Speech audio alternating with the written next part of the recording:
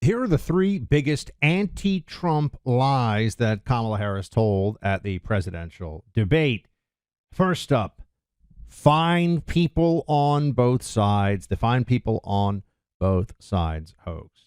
Now, Kamala's not alone in using this lie. It was repeated constantly by Joe Biden throughout his presidency before he collapsed into a pile of dementia and was forced out of presidential contention for this next election.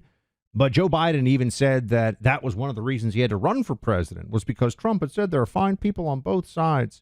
So this Charlottesville march that involved some neo-Nazis in the broader context of a debate over what to do with statues has been once again used to suggest that Donald Trump, who has a Jewish daughter and Jewish grandchildren, is somehow a closeted or not closeted Nazi.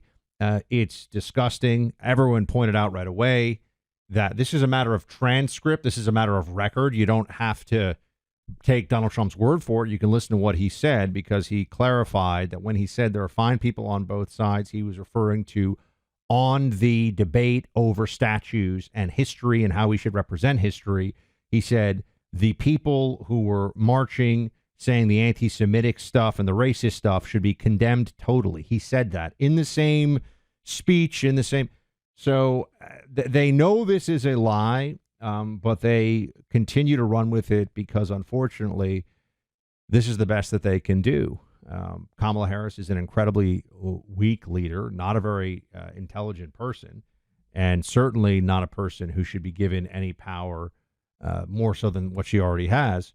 But the Democrat machine is ruthless. It is remorseless. And so they will just lie. They're just lying about Trump. I mean, that is, and it's not a small lie, too. It's not something that you could say an honest person could make this mistake and think that Trump really said that. This has been debunked over and over again, but Kamala Harris went for it anyway and decided that it was to her advantage to just keep this going. I mean, I think it is shameful.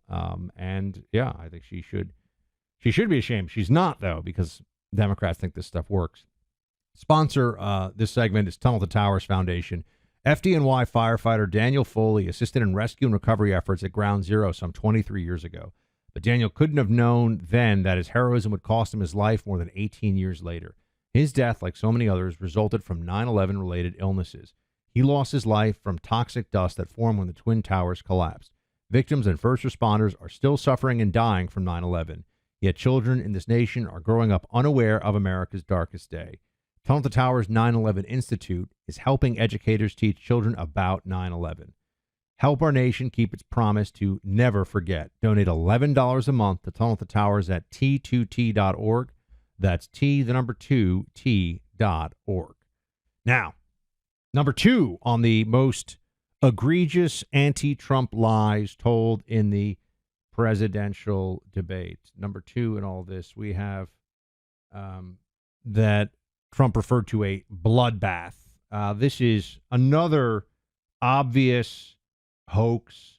Kamala Harris said that there would be a bloodbath if Trump is not elected. He said this in the context of at a rally where he said there'd be a bloodbath for the American auto industry.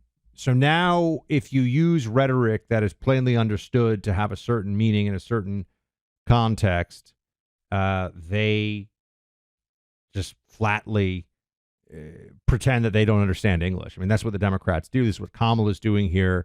The decision is made to act like they can't understand what was said or what was trying to be said. And so bloodbath, he said there'll be a bloodbath. I also think this is particularly upsetting because it is Democrats who in the 2020 election had their street thugs, their foot soldiers of the Democrat apparatus, terrify everybody with riots all summer.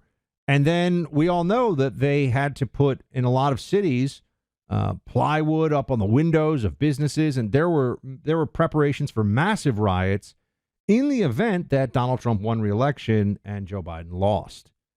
But Joe Biden somehow, I know, won, and there weren't any of those street riots destroying businesses, right? That didn't happen. There was January 6th, which they've acted like, and they have said is the worst thing since the Civil War.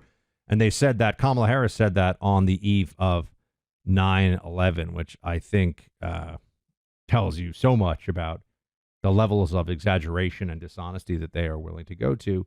But think about that. The party, the Democrats who use the threat of force as a huge advantage in politics in that election year, they're the same Democrats who now turn around and say, oh, but Trump used the word bloodbath when talking about the auto industry. They know what they're doing is wrong. They know what they're doing is dishonest, and they just don't care. So they, as long as it works, that's all that matters to them. Sponsor for this segment is International Fellowship of Christians and Jews.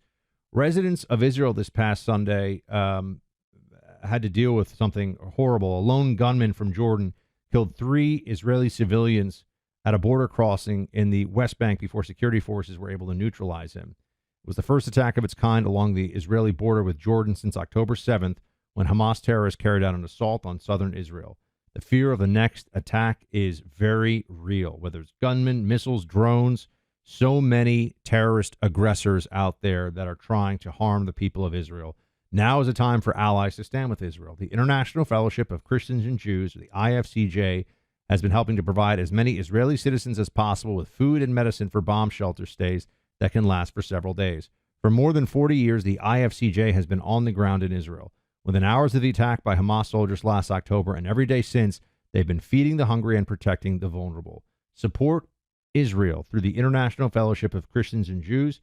Go to supportifcj.org. That's supportifcj.org. And now the third lie, anti-Trump lie told in debate about Trump was that he incited a mob in the Capitol. Now, I think Trump handled this pretty well. Of course, January 6th, the moderators have to make that a big part of the discussion, as if that's going to affect our lives for the next 4 years.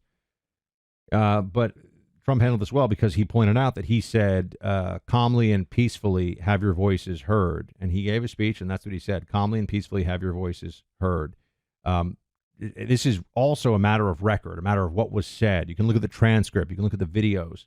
At no point did Trump suggest that there should be violence used. He never said go storm down, storm the building and kick down the doors or anything like that. And this is just Democrats doing what they always do, which is throw blame on their enemies and create defenses for their allies, excuses, alibis for their allies, whatever that may mean. So that was another big lie that was told about Trump in the debate. And there are others which I haven't even gotten to. I mean, just lies that were told that weren't specifically anti-Trump, but that absolutely should have been fact-checked. The lie about, for example, Kamala not wanting to take guns away from people. Kamala is on the record for saying that she wants to have a mandatory buyback. That's taking guns away from people. I don't want the government doing a mandatory buyback. That's just taking my guns away. Also, I'm not